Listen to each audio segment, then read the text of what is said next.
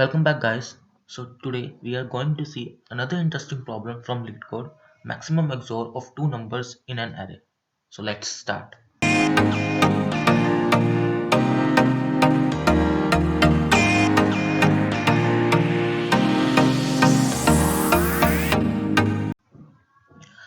So first of all, let's read the problem. Given an integer array, return the maximum result of nums I XOR nums j, where I and j all lie between 0 and n. So problem statement quite simple है. उसमें क्या करना है, हमें दो ऐसे elements choose करने हैं जिनका एक्सोर मैक्सिमम हो. ठीक है, तो एग्जांपल देखते हैं इसका. सबसे पहले हमें एक ये एरे दी हुई है 3, 10, 5, 25, 2 एंड 8. इसमें हमें बताना है कि मैक्सिमम एक्सोर क्या बन सकता है बाय चूजिंग टू नंबर्स. सो हमने क्या किया कि हमने 3 के साथ जितने भी पेयर्स बन सकते थे उन सबका एक्सोर निकाल लिया. ऐसे ही 10 के साथ जितने भी पेयर्स बन सकते थे उन सबका एक्सोर निकाल लिया. ऐसे ही 5 के साथ, ऐसे ही 25 के साथ, ऐसे ही 2 के साथ. सो ये हमारे टोटल नंबर ऑफ पेयर्स जितने भी बन सकते हैं वो हमने लिख लिए और उनका हमने मैक्सिमम जो एक्सोर वैल्यू है दैट इज 28 वो हमने रिटर्न कराना है. सो मतलब प्रॉब्लम स्टेटमेंट को समझने में कोई इशू नहीं है और इसका सॉल्यूशन देखते हैं हम. तो सबसे पहले हम इसकी big of N square approach देखते हैं. So the big of N square approach है वो बहुत सिंपल है. जैसे हमने एग्जांपल में किया था कि हम हर एलिमेंट को ले रहे थे और हर एलिमेंट को उसके कॉरस्पॉन्डिंग एलिमेंट्स के साथ एक्सोर करा रहे थे. मतलब एक एलिमेंट को लिया और उसके जितने भी एलिमेंट्स एरे में अवेलेबल हैं उसके अलावा उन सब के साथ उसका एक्सोर करा दिया. ऐसे ही दूसरे एलिमेंट्स के साथ किया और जितने भी पेयर्स बने हमारे पास उन सब में से जो मैक्सिमम वैल्यू है उसको हमने रिटर्न करा दिया लाइक दिस.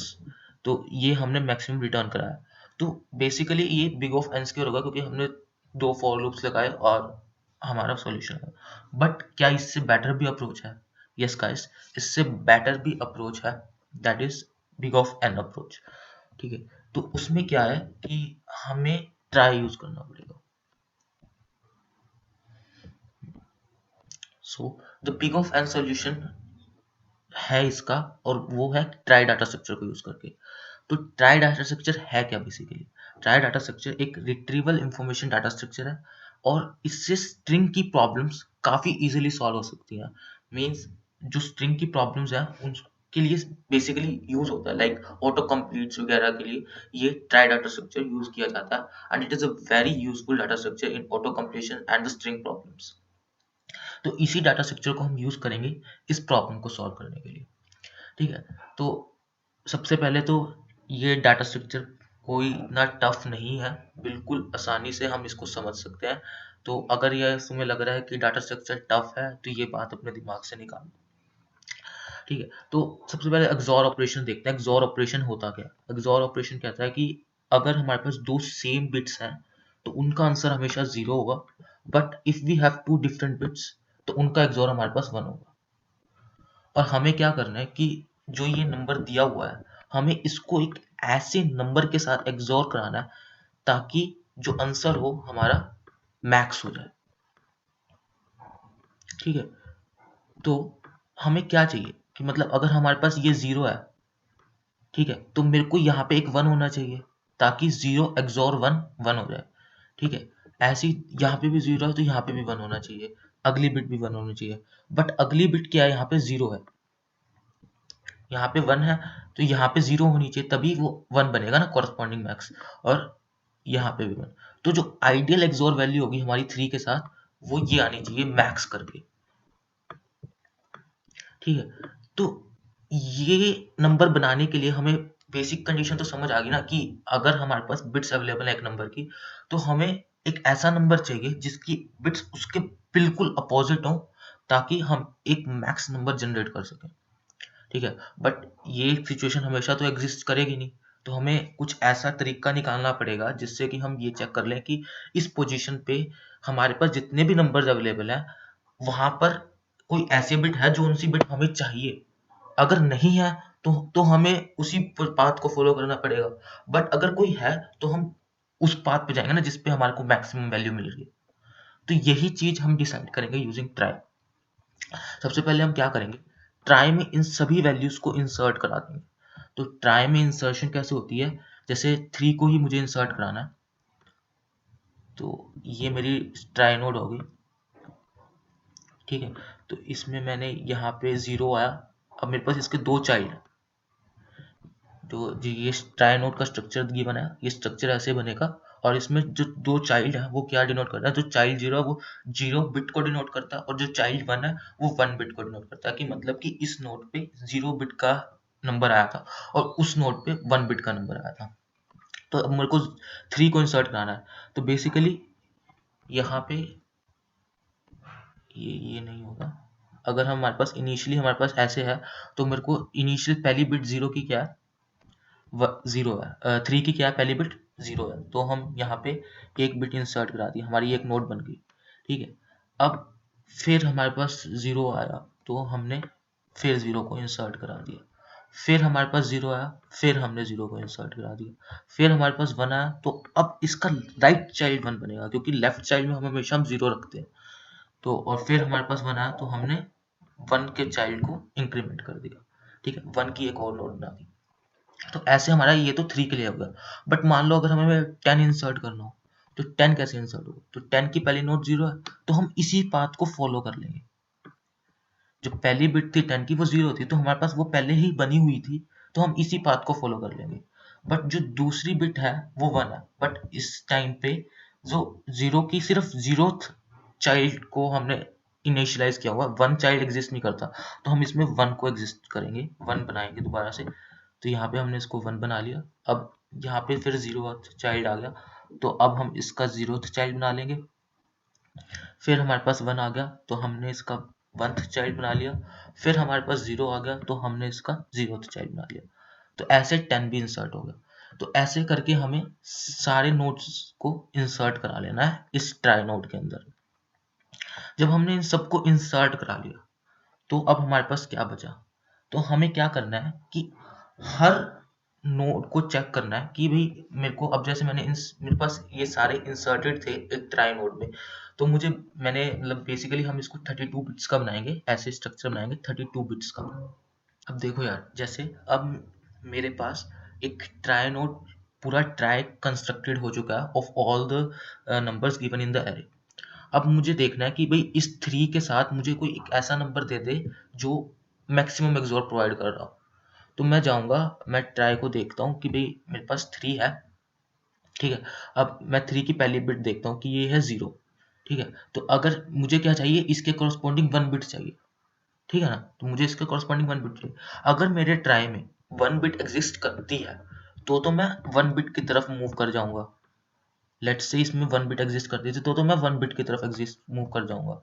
बट अगर इसमें 1 बिट एग्जिस्ट नहीं करती, तो फिर मैं 0 बिट की तरफ मूव करूंगा, ठीक है। तो इससे क्या हो रहा है कि जो हमारा ट्राई था, अगर हमारे को 1 बिट मिल रही है, क्योंकि वही हमारे सबसे पहले तो प्रायोरिटी तो यही है ना कि हमें 1 बिट मिल जाए, क्योंकि 0 के करस्पॉन्डिंग अगर 1 होगी तो उसका एक्सोर 1 आएगा, that is the maximum XOR value. तो हमें क्या चाहिए कि हम हमेशा अपोजिट बिट के लिए ट्राई करेंगे पहले। अगर अपोजिट बिट मिल रही है तो ठीक है, तो हम उस अपोजिट बिट की डायरेक्शन में मूव कर जाएंगे। बट अगर अपोजिट बिट नहीं मिल रही, तो फिर हम अपनी बिट की डायरेक्शन में ही मूव कर जाएंगे, ठीक है। और ये हम प्रोसेस रिपीट करेंगे for all the N numbers, और इन एन नंबर से जो हमारे पास एक्चुअल में रिजल्ट आएगा, वो हमारा उस मैक्सिमम रिजल्ट को हम रिटर्न करा देंगे, and that will be the answer to our question. तो आई होप ये सॉल्यूशन समझ आया होगा, बट इसको हम कोड करके देखते हैं, और कोड में ये थोड़ा ज़्यादा क्लियर होगा। So guys, we have the problem now, so let's start coding. सबसे पहले हम एक क्लास बना लेते हैं ट्राई नोड की। ट्राई नोड की क्लास होगी, वो हमारी क्या कंटेन करेगी, the child nodes of the trie node, ठीक है। तो ट्राई नोड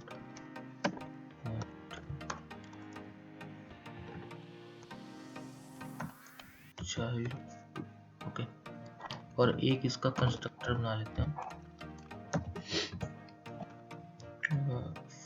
फॉर इनिशियलाइजिंग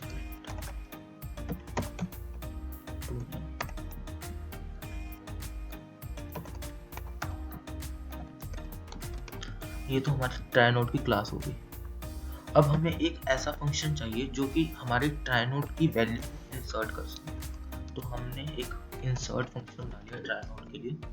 तो ये क्या करता है, एक नंबर को लेता है, that is let's say x को ले रहा है और ट्राइनोड की रूट को ले रहा है। ठीक है, तो हमें इस x को इंसर्ट कराना है रूट के अंदर। तो ये कैसे होगा, तो हमें क्या कराना है कि इसकी सारी बिट्स को इंसर्ट कराना है। तो हम i इज इक्वल टू 31, हम इसकी 0 से लेके 31st बिट तक लेंगे, 0 से लेकर 31st। तो हम सबसे पहले 31st बिट, क्योंकि वो मैक्सिमम प्रायोरिटी बिट है ना, तो इसलिए हमसे सबसे पहले हम 31st बिट को इंसर्ट कराएंगे और फिर उसके बाद 38, 31, 29 ऐसी 0 बिट तक हम जाएंगे। 0 माइनस माइनस। ठीक है, अब हमें इसकी सबसे पहले बिट चाहिए, l इज इक्वल्स टू, अब इसकी बिट निकालने के लिए क्या होगा, हमें इसको लेफ्ट शिफ्ट कर दिया i से और एंड करा लिया 1 से। तो क्या होगा, हमें पता चल जाएगा कि इसकी बिट 0 है या 1 है। तो लेफ्ट शिफ्ट से वो नंबर लेफ्ट की तरफ शिफ्ट हो जाएगा। जैसे 31st बिट है, अगर मैं उसको 31 बारी लेफ्ट करूंगा तो वो 0th प्लेस पे आ जाएगी और फिर मैं उसका एंड ले लूंगा 1 से, तो 0 एंड 1 0 मिल जाएगा, और अगर 1 हुआ तो 1 एंड 1 1 मिल जाएगा। ठीक है, अब हम चेक करते हैं हेड में कि वेदर उसका ये वाला चाइल्ड एग्जिस्ट करता है कि नहीं। अगर ये नल है तो हम इसमें एक नई नोड, मतलब इसको एक नई नोड से इनिशियलाइज करा देंगे। इसको हमने नई नोड दे दी, न्यू ट्राई नोड, और फिर हमने अगली नोड पे मूव कर देना है। तो हेड का चाइल्ड, ये तो हमारा इंसर्ट फंक्शन कंप्लीट हो गया। सो हम इसके अंदर मेन फंक्शन लिखते हैं जिसमें कि हमारा एक्सोर रिटर्न हो। ठीक है, सबसे पहले मैं एक ट्राई नोड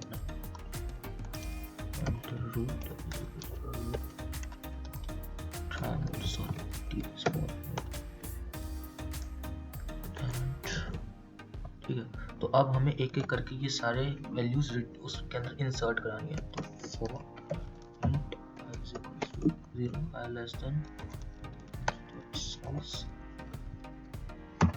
and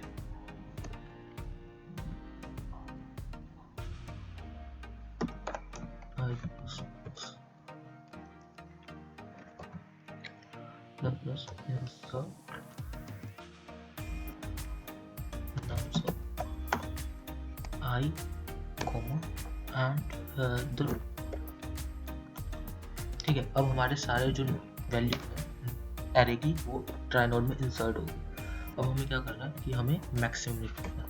तो सबसे पहले हमने मैक्स को 0 से इनिशियलाइज करा दिया, क्योंकि इसमें हमारा मैक्स होगा आंसर, और यहाँ से हमने इसको रिटर्न कर दिया। ठीक है, अब इसके बीच का कोड लिखना है। तो सारी वैल्यूज को इटरेट करेंगे हम, i less than size plus plus. अब ये जो कर वेरिएबल होगा ये हमारा बताएगा कि अभी तक का मैक्सिमम एक्सोर क्या है, for this number maximum XOR क्या है। ठीक है, तो ये हमारा ये होगा, हम हर नंबर के लिए इटरेट करेंगे। So for int j is equal to 31, j greater than equal to 0 and j minus minus। अब हमने इस नंबर की हर बिट के लिए इटरेट करना। ठीक है, तो हमने इसकी बिट निकाली सबसे पहले, तो वैसे ही जैसे हम पहले निकाल रहे थे। तो हमने इसको पहले लेफ्ट शिफ्ट कराएंगे, nums of i left shift j and करा देंगे, ये हमें इसकी बिट मिल गई। अब मुझे जब इसकी बिट मिल गई तो अब हमें चेक करना है कि इसकी अपोजिट बिट अवेलेबल है कि नहीं, तभी हमारा जो करंट जोर होगा वो मैक्सिमम होगा। तो हमने क्या चेक करना है कि इसकी अगर अपोजिट बिट अवेलेबल है तो हमारे लिए बहुत ही बढ़िया काम। और इससे पहले हम एक वेरिएबल स्टोर करा लेते हैं, p is equals to 31। सो ये 2 की पावर 31 कैलकुलेट हो रहा है। तो हमें इसकी ज़रूरत पड़ेगी जब हम कर को कैलकुलेट करेंगे। सो इफ एंड हमने यहाँ पे एक टेम्परेरी ट्री नोड भी ले लेते हैं। ट्री नोड जो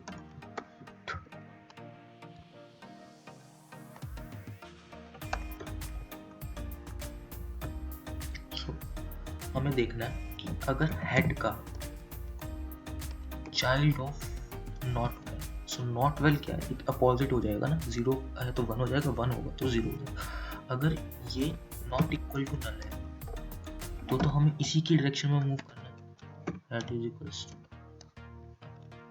टू हेड का child of not well, else हमें अपनी डायरेक्शन में मूव करना है। ठीक है, और इसमें क्या होगा कि जो हमारा कर होगा वो इस केस में क्या होगा, कर क्योंकि अपोजिट बिट मिल गई हमें, तो उस टाइम पे वो वाली वैल्यू 1 हो जाएगी, जो एक्सोर की वैल्यू होगी वो वाली बिट 1 होगी, तो हमें उस पावर को हमें ऐड करना होगा। सो वो पावर हमारी पी में स्टोर होगी। ठीक है, और हम पी को हम लेफ्ट शिफ्ट 1 कर देंगे टू डिक्रीज इट्स वैल्यू। तो अगर 2 की पावर 31 था, अब हमें 2 की पावर 30 ऐड करना है ना, क्योंकि हम एक बिट नीचे आ चुके हैं, तो उसके बाद जब हम कैलकुलेट करेंगे तो 2 की पावर 30 ऐड होगा। ठीक, तो ये हमने पी को शिफ्ट करा दिया, तो इससे क्या होगा, हमारे को एक अपना मैक्सिमम करंट जोन मिल जाएगा। ठीक है, तो और हमें अब इसको मैक्स कर देना है यूजिंग आवर मैक्स एंड कर।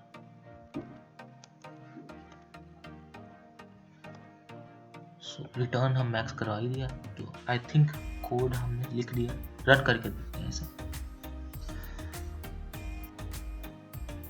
ओह गाइस, यहाँ पे हमने इसको हेड लेना है,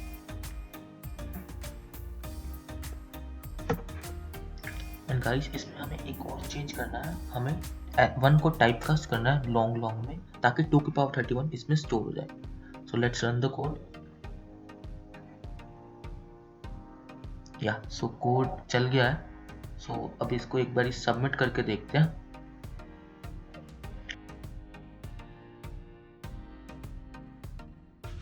या so the code has been accepted.